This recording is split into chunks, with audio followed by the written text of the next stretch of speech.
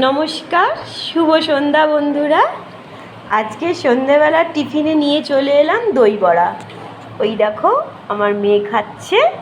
আর দই বড়াতে কী কী দিতে হয় দেখে দিচ্ছি। প্রথমেই তো তোমাকে দই বড়াটাকে, বিউলির ডালের বড়াটাকে ভেজে নুন জল করে ফ্রিজে রেখে দিতে হবে। তারপর হচ্ছে এই চাটনিটা আমসত্ত্ব, খেজুর, তেঁতুল দিয়ে বানিয়ে সামান্য ফুড কালার আর চিনি দিয়ে বানাতে হবে। দইটা তো কেনাই, তার সাথে লাগবে ঝুরি ভাজা আর হচ্ছে এগুলো ভাজা মশলা। এটা হচ্ছে জিরে, মৌরি, ধনে ভাজা, এটা গোলমরিচ, আর ওর মধ্যে রয়েছে গরম মশলা।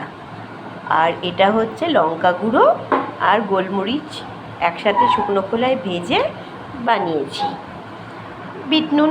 আর এ হচ্ছে ধনে পাতা। এই দেখো আমার মেয়ে খাচ্ছে, খেয়ে বলুক কেমন হয়েছে। হেভি হয়েছে। Thank you.